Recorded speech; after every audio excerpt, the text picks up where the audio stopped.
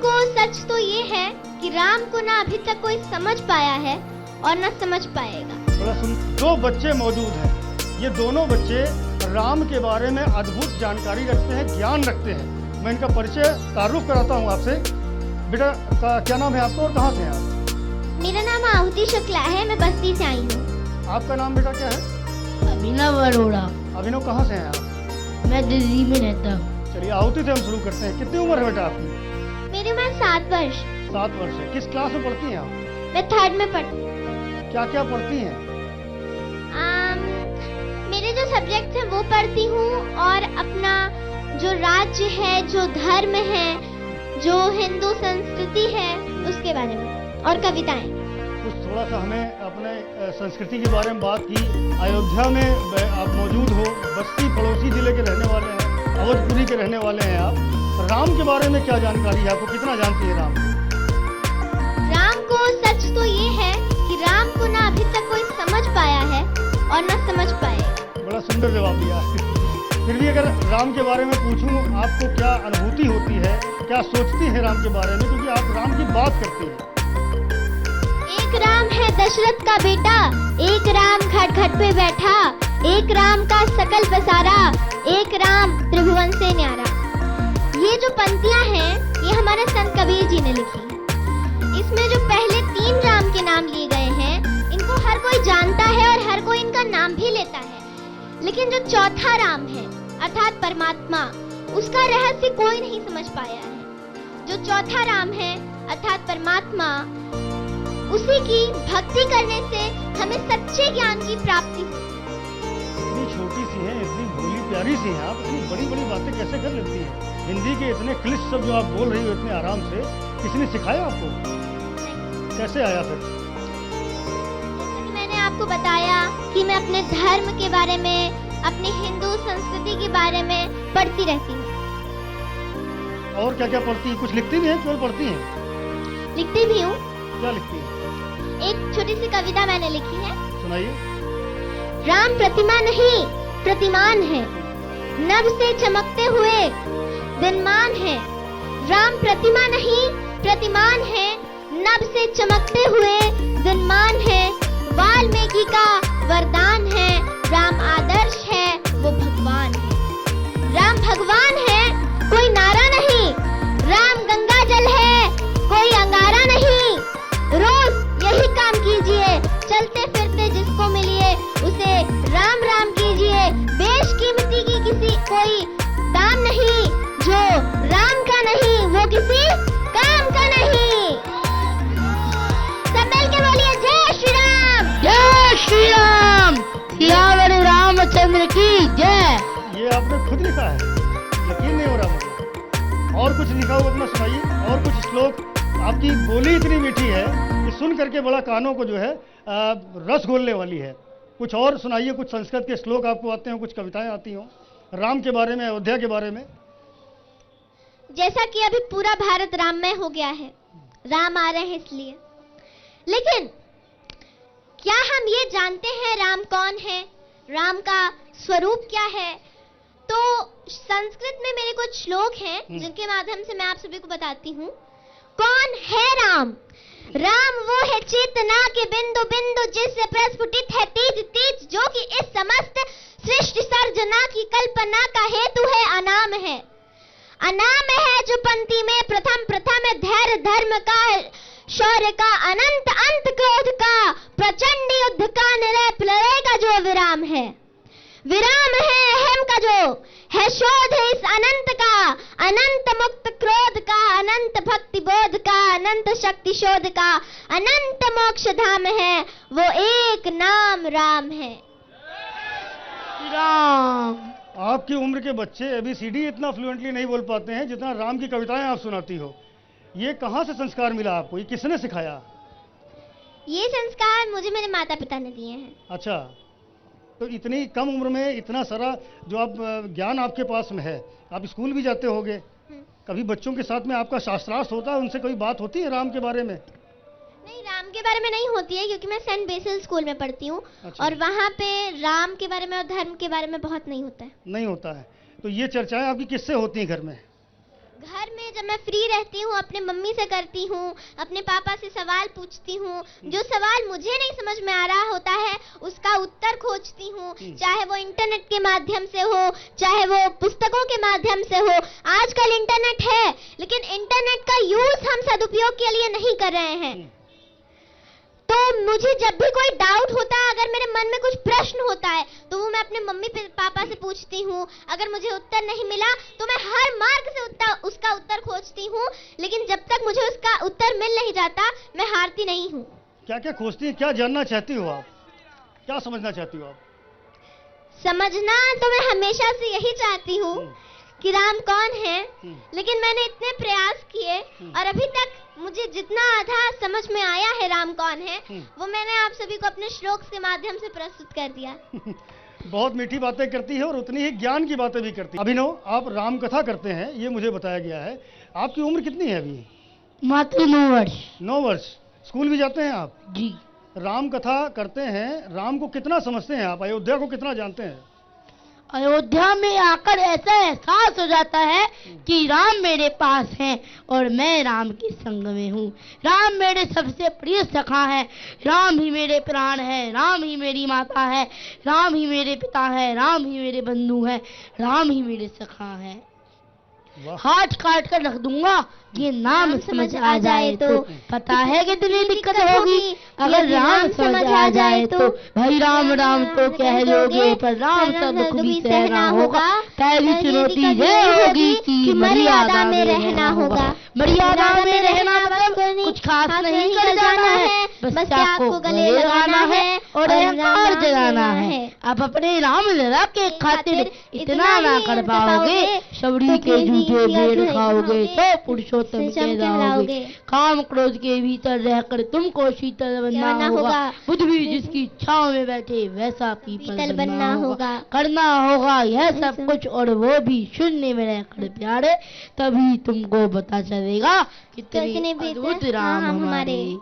क्या बात है, शानदार। जय श्री राम। जबरदस्त जुगलबंदी भी हुई आपके बारे में। और अयोध्या आप आए हैं, कब से हैं यहाँ पर? मैं यहाँ पर 18 को आया था और मैं 23 तक यहीं पर हूँ। अच्छा, कहाँ रुके हैं, क्या क्या देखा है अयोध्या में? मैं टेंट में रुका हूँ। अच्छा जी। टेंट में रुके, कोई कष्ट तो नहीं है आपको, तकलीफ तो नहीं हुई? आप इतने जब छोटे थे। श्री राम इतने वर्षों से टेंट में है तो मैं क्या 7 दिन टेंट में नहीं काट सकता? जब श्री राम इतने वर्षों से टेंट में बैठे हुए हैं, मैं 7 दिन टेंट में नहीं सो सकता। तो अब तो टेंट से निकल करके, टाट से निकल के रामलला ठाट में आ गए हैं, कैसा लगता है आपको? बहुत बहुत बहुत खुशी का पर्व है। मंदिर बनना बाबर की हार है और ये सत्य सनातन की जीत है। सत्य सनातन धर्म की, ये सत्य सनातन धर्म की जीत हुई है। सनातनियों के मन में बहुत उत्साह है, बहुत खुशी है। राम जी के आने पर अवध में राम आ गए हैं, मेरे संग में राम आ गए हैं। बधाई हो। मैं श्री नरेंद्र मोदी जी और श्री योगी आदित्यनाथ जी को बारंबार बधाई देता हूँ। 9 वर्ष के हैं आप, जी। कितने साल से ये राम कथा कर रहे हैं, राम के बारे में जान रहे हैं, समझ रहे हैं? मैंने जब से बोलना शुरू किया था तब से ही मैं श्री राम की भक्ति करता हूँ। मैं अपने दादू जी के साथ मंदिर जाता था, मैं देखता था महिलाएं शिव जी को जय चढ़ा रही है, कोई राम जी के आगे दीपक चढ़ा रहा है, तो मेरे आगे आध्यात्मिक प्रेम जागृत हुआ, राम जी के लिए प्रेम जागृत हुआ। राम से बड़ा कोई नाम नहीं है और अयोध्या से बड़ा धाम नहीं। धाम नहीं है। राम के बारे क्या में आप अयोध्या के नाम का अर्थ जानते हैं? जिससे युद्ध में ना जीता जा सके। अयोध्या पर 76 बार आक्रमण हुआ, लेकिन अयोध्या को कोई हरा ही नहीं पाया। अयोध्या जो कभी हारे नहीं वो अयोध्या है, ऐसा इनका कहना है। आप भी कुछ राम के बारे में, अयोध्या के बारे में कुछ सुनाएंगी? मैं एक छोटी सी कविता आप सभी को बताने जा रही हूँ। ये कविता हमारे देश के अंदर सोए हुए, हमारे देश में जो युवा हैं उनके अंदर सोए हुए राम को जगाने के लिए है। और जब उनके अंदर का राम जाग जाएगा तो हमारे देश की तरफ, हमारे सनातन संस्कृति की तरफ, हमारे धर्म की तरफ जो आंखें उठती हैं वो हमेशा के लिए शांत हो जाएंगी, हमेशा के लिए झुक जाएंगी। मेरी ये पंक्तियां हैं। हे भारत के राम जगो, हे भारत के राम जगहों मैं तुम्हें जगाने आई हूँ और 100 धर्मों का धर्म एक बलिदान बताने आई हूँ। हे भारत के राम जगहों मैं तुम्हें जगाने आई हूँ और 100 धर्मों का धर्म एक बलिदान बताने आई हूँ। सुनो, हिमालय कैद हुआ है दुश्मन की जंजीरों में और आज बता दो कितना पानी है भारत के वीरों में। खड़ी शत्रु की फौज द्वार पर आज तुम्हें ललकार रही, सोए सिंह जगो भारत की माता तुम्हें पुकार रही। रण की भेरी बज रही, उठो मोह निद्रा त्यागो, पहला शीश चढ़ाने वाले माँ के वीर पुत्र जागो। बलिदानों के वज्र दंड पर देशभक्त की ध्वजा रहे और रण के कंकड़ पहने हैं वे राष्ट्रभक्त की भुजा जगे। अग्निपंथ के पंथी जागो, शीश हथेली पर धरकर, और जागो रक्त के भक्त लाडले, जागो सिर के सौदागर। खप्पर वाली काली जागे, खप्पर वाली काली जागे, जागे दुर्गा बरबंडा, और रक्त बीज का रक्त चाटने वाली जागे चामुंडा। नरमुंडों की माला वाला जगे कपाली कैलाशी, और रण की चंडी घर घर नाचे मौत कहे प्यासी प्यासी। रावण का वध स्वयं करूंगा, रावण का वध स्वयं करूंगा कहने वाला राम जगे, और दुष्ट शेषना एक बचेगा कहने वाला श्याम जगे। परशुराम का परशु जागे, रघुनंदन का बाण जगे, यजुनंदन का चक्र जगे, अर्जुन का धनुष महान जगे। चोटी वाला चाणक्य जागे, चोटी वाला चाणक्य जागे, पौरुष का पुरुष महान जगे, और सैल्यूकस को कसने वाला चंद्रगुप्त बलवान जगे। हठी हमीर जगे जिसने झुकना कभी न जाना, जगे पद्मिनी का जौहर जागे केसरिया बाना। देशभक्ति का जीवित झंडा, आजादी का दीवाना, और वह प्रताप का सिंह जगे वे हल्दी घाटी का राणा। दक्षिण वाला जगे शिवाजी, दक्षिण वाला जगे शिवाजी, खून शाहजी का ताजा, और मरने की हट्ठा ना करते विगत मराठों के राजा। 6 बुंदेला जागे, पंजाबी कृपाण जगे, और 2 दिन जिया शेर के माफिक वो टीपू सुल्तान जगे, और 2 दिन जिया शेर के माफिक वो टीपू सुल्तान जगे। कल वो है का जगे मोर्चा पानीपत मैदान जगे, भगत सिंह की फांसी जागे, राजगुरु के प्राण जगे।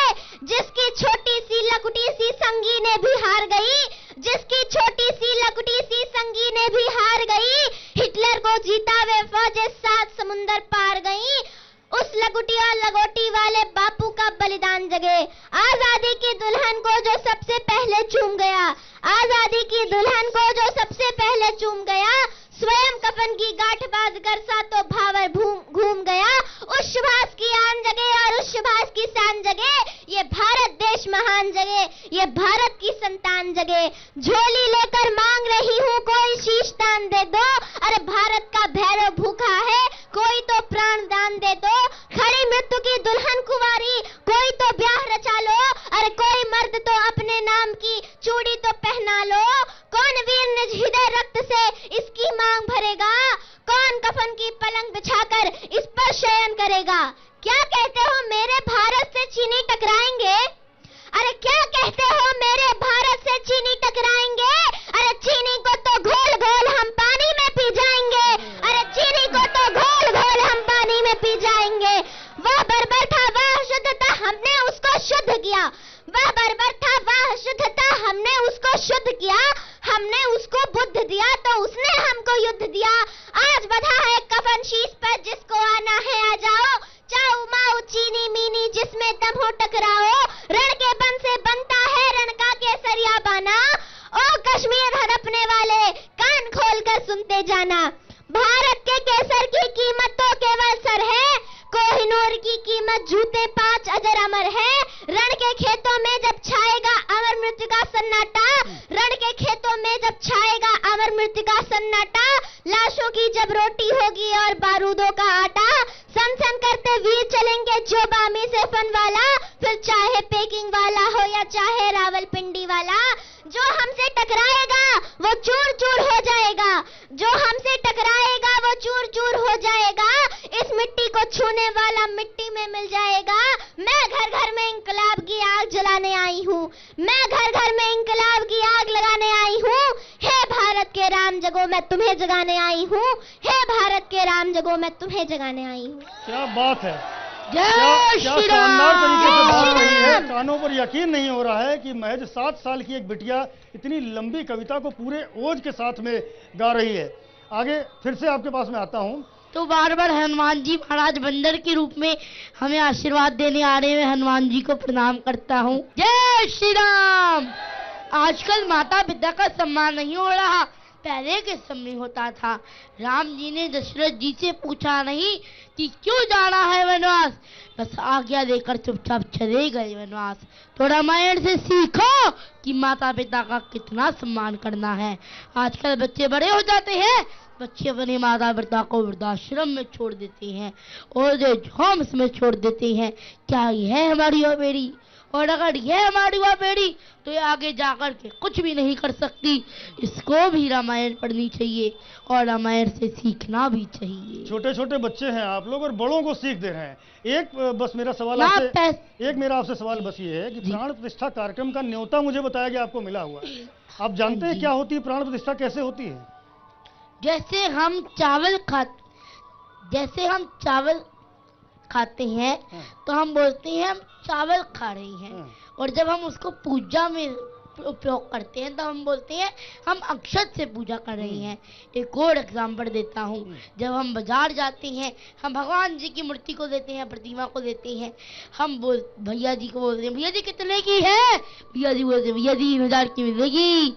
हम बोलते हैं भैया आप 2,500 की कर दो, भैया 2000 की कर दो। भैया जी कहते हैं नहीं नहीं नहीं ऐसे नहीं हुआ, हम मोल भाव करते हैं। तो ऐसे भैया जी बोलते हैं 3000 की मिलेगी, हम 3000 में ले आते हैं। जब हम घर पे ले आके उनको प्राण प्रतिष्ठा कर देते हैं, उनका पूजा पाठ शुरू कर देते हैं प्राण प्रतिष्ठा करके, तो स्वयं भगवान जी हो जाते हैं। जैसे मंदिर में भगवान जी हो, चाहे कोई भी हो, राम कृष्ण कोई भी, तो कोई कहने की हिम्मत रख सकता है कि मैं आपको 25,000 रुपए दूंगा, 20,000 रुपए दूंगा, मुझे दे दो, चाहे जितने भी पैसे दे दे।